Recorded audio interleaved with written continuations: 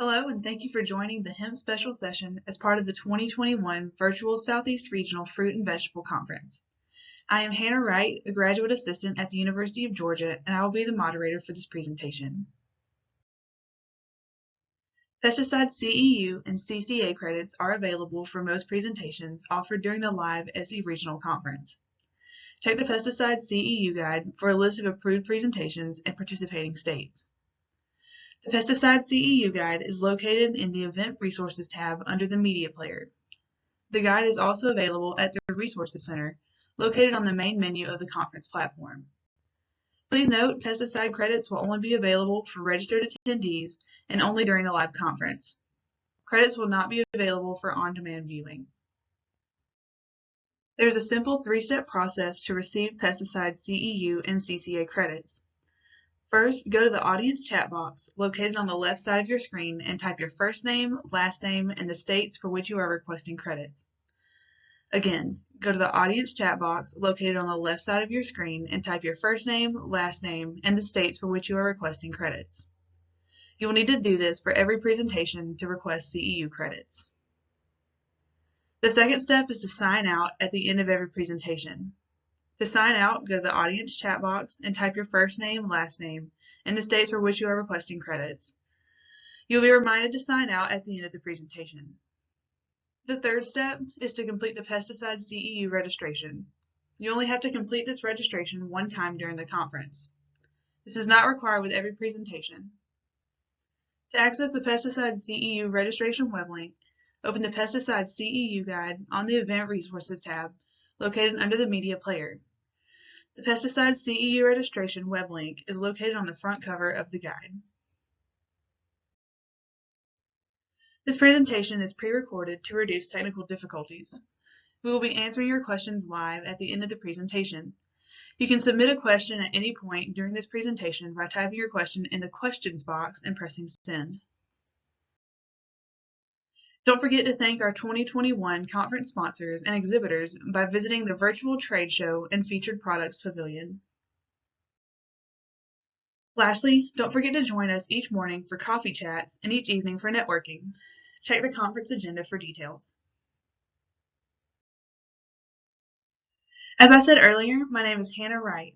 I'm a PhD student in crop and soil science with a focus on weed science at the University of Georgia on the Tifton campus. I'm excited to present the hemp weed control trials update for Georgia.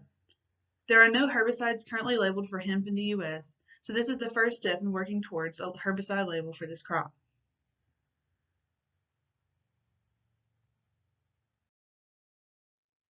To outline this presentation, I'll give a brief introduction about current research and where we are in terms of acquiring a herbicide label. Then I'll go into the studies we have conducted, the first being a study on how plants respond when planted into plastic mulch versus bare soil. Then I'll talk about our pre-emergence herbicide trial and follow that with our post-emergence herbicide trial. Finally, I'll summarize what we've learned so far from these studies.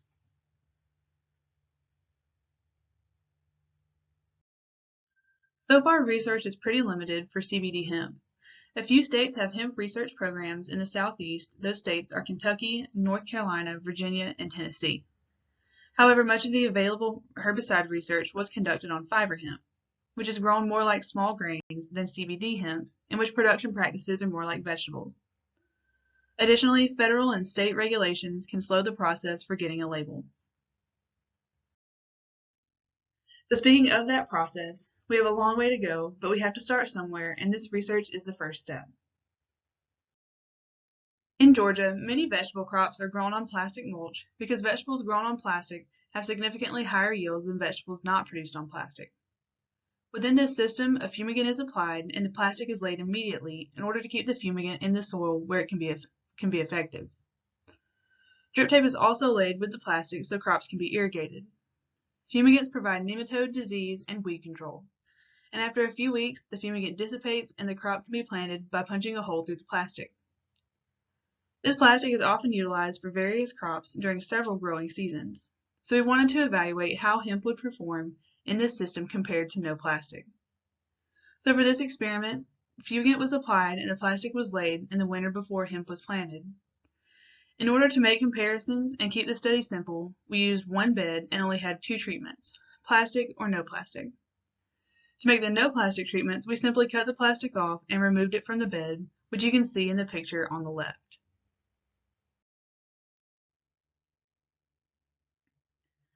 The Von Baron variety was hand transplanted into plastic or bare ground bed on 4-foot spacing. Heights were taken 2 and 4 weeks after planting, and plants were cut on September 14th and hung in the barn to dry. We also collected above ground biomass, but I will not be discussing that today. Here we have height on the y-axis and our 2 and 4 week height measurements on the x. The dark yellow represents plants in plastic mulch, and the light yellow bars represent plants on bare ground with no plastic. At 2 weeks, plants growing in plastic were significantly taller than plants not under plastic. However, this difference is small, with less than an inch difference in height. By 4 weeks after planting, there was no difference, and again, heights only varied by about an inch. Here are 2 plants, one growing in plastic and the other bare ground. This picture was taken 3 weeks after planting, and these plants look very similar in terms of growth. Although it does appear that the plant on plastic is much more yellow than the plant on bare ground, this is due only to the reflection of light from the mulch interfering with the lighting on the camera. This picture shows our drying setup. Plants were cut in the field and hung to dry for a few weeks, and then bud and remaining dry leaves were stripped off the plant and weighed. Here we have yield represented as dry flower in pounds per acre. Even though plants in plastic mulch had the advantage early on, dry flower yield was lower than plants not under plastic. This is likely due to temperatures in the plastic mulch being higher than optimum for hemp.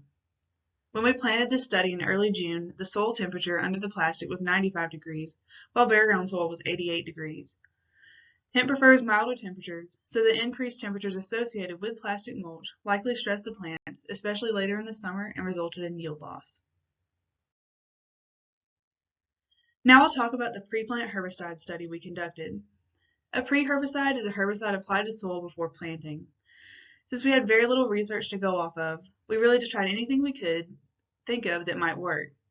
So we decided to evaluate Goaltender, Reflex, Valor, Prowl, Warrant, Solicam, Dimension, Elite, Metribuzin, Caparol, Sandia, Gallery, and Dual Magnum. For this study, we applied treatments on June 11th and irrigated at 1/4 inch to activate the herbicides, then planted the next day. The variety Von Baron was planted using a cold crop transplanter. Spacing was 4 feet and bed spacing was 6 feet. We collected visible injury 4 weeks after planting by comparing treated plots to the non-treated, as well as plant heights and plant fresh weight biomass.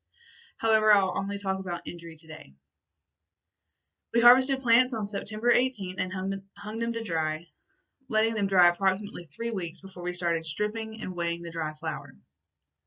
Based on our assessments, we collected subsamples of certain treatments for cannabinoid analysis, and in this study we saw some interesting symptomology. The picture on the bottom is Solicam 2 weeks after planting. Then the picture at the top is that same treatment 4 weeks after planting. And we can still see a little of the bleaching associated with this herbicide.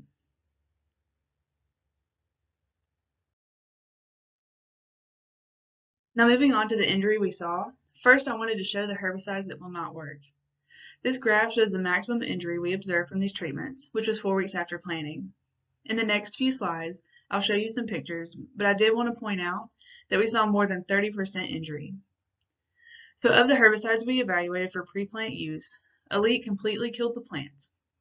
We were also able to eliminate Metribuzin, Caparol, Sandia, Gallery, and Dual Magnum due to the visible injury we saw and height and biomass reductions.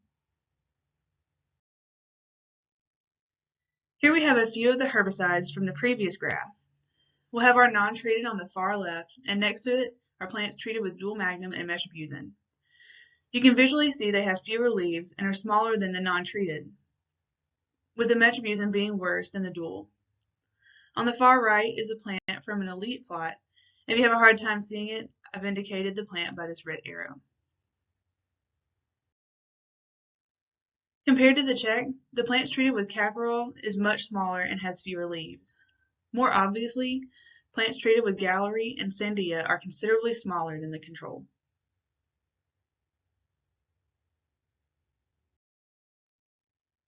This graph shows the injury observed from herbicides that might be a viable option. Again, this injury assessment was made 4 weeks after planting when injury was highest. Plants treated with Goaltender, Reflex, Valor, Prowl, Solicam, and Dimension were injured less than 20%. Within this set of herbicides, we saw the highest injury from Warrant at just under 25%. Based on the relatively low injury levels, coupled with our other assessments, we selected Reflex, Valor, Prowl, Warrant, and Solicam and Dimension for CBD analysis. Even though Goaltender had low levels of injury, we did not select this treatment for CBD analysis due to its effect on height and biomass. I will go into more detail on CBD analysis in a few slides. I mentioned Reflex was one of the treatments we selected that shows promise. Initially, this treatment exhibited about 20% injury compared to the non-treated check. However, by 4 weeks after planting, the plant had mostly recovered and we only saw about 10% injury. Now moving into yield, again yield was taken by stripping the dry flower off the plants and weighing it. Yield here is presented as a percent of the non-treated check to see if any treatments caused yield reductions. Here I have only shown the yields of the herbicides that have potential. What I'd like to point out here is that none of these herbicides caused reductions in yield. We wanted to test whether or not herbicides influence cannabinoid content, and specifically whether or not the herbicide would cause THC levels to spike higher than the legal limit. We analyzed the plants treated with Reflex, Valor, Prowl, Warrant, Solicam, and Dimension for cannabinoids. We also analyzed the plants in the non-treated check to make comparisons. For these samples, plants were dried and the bud from the top meristem was removed and taken to SJ Labs in Macon. The lab analyzed for THC compounds including delta-9 THC and THCA. Total CBD included CBD and CBDA, and total cannabinoid included the compounds I mentioned for total THC and CBD, plus CBGA, CBC, and CBCA. Results from total THC analysis showed there were some differences between treatments and THC content.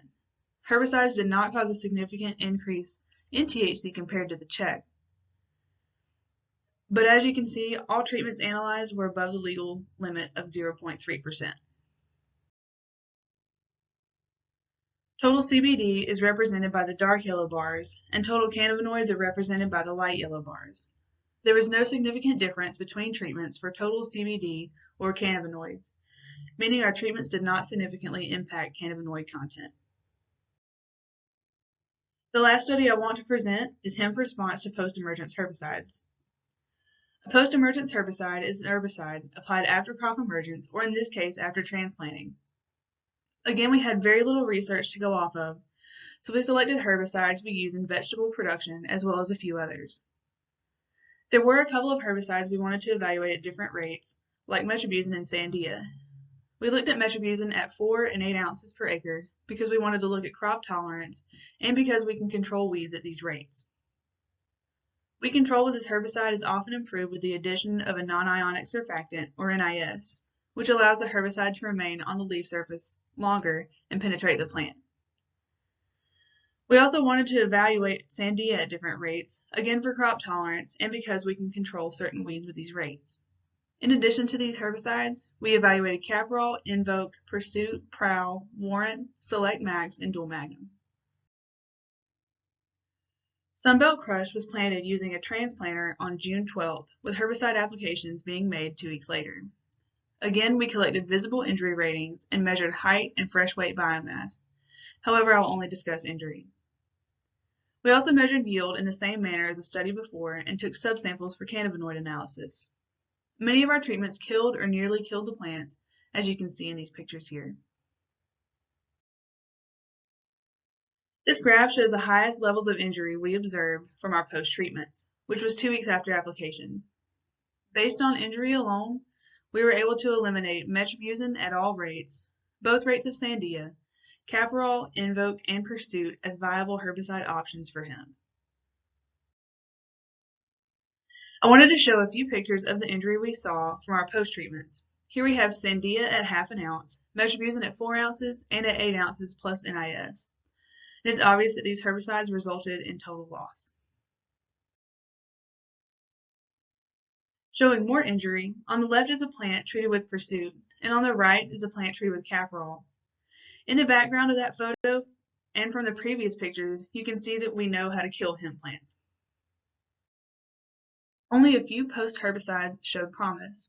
We saw minimal injury from Prowl, Warrant, Select Max, and Dual Magnum, so these herbicides have potential. These 4 herbicides were also selected for cannabinoid analysis, which I'll go over in a couple of minutes.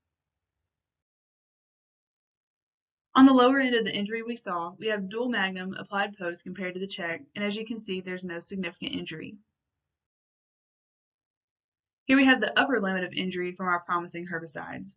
We can see that Warrant is a little smaller than the check, and we do have a little burn on the leaves. However, this is the worst injury we saw for this herbicide.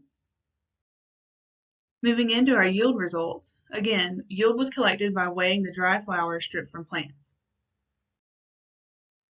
Many of the treatments resulted in total yield loss, some only presenting yield of treatments that have potential. Again, these yields are presented as a percentage of the non-treated check, and none of these herbicides significantly reduce yield from the non-treated plots. Again, we wanted to see if the herbicide treatments influence cannabinoid content, and specifically if it caused spikes in THC levels. Dried meristems from plants treated with herbicides in the previous graph were cut and taken to SJ labs for analysis.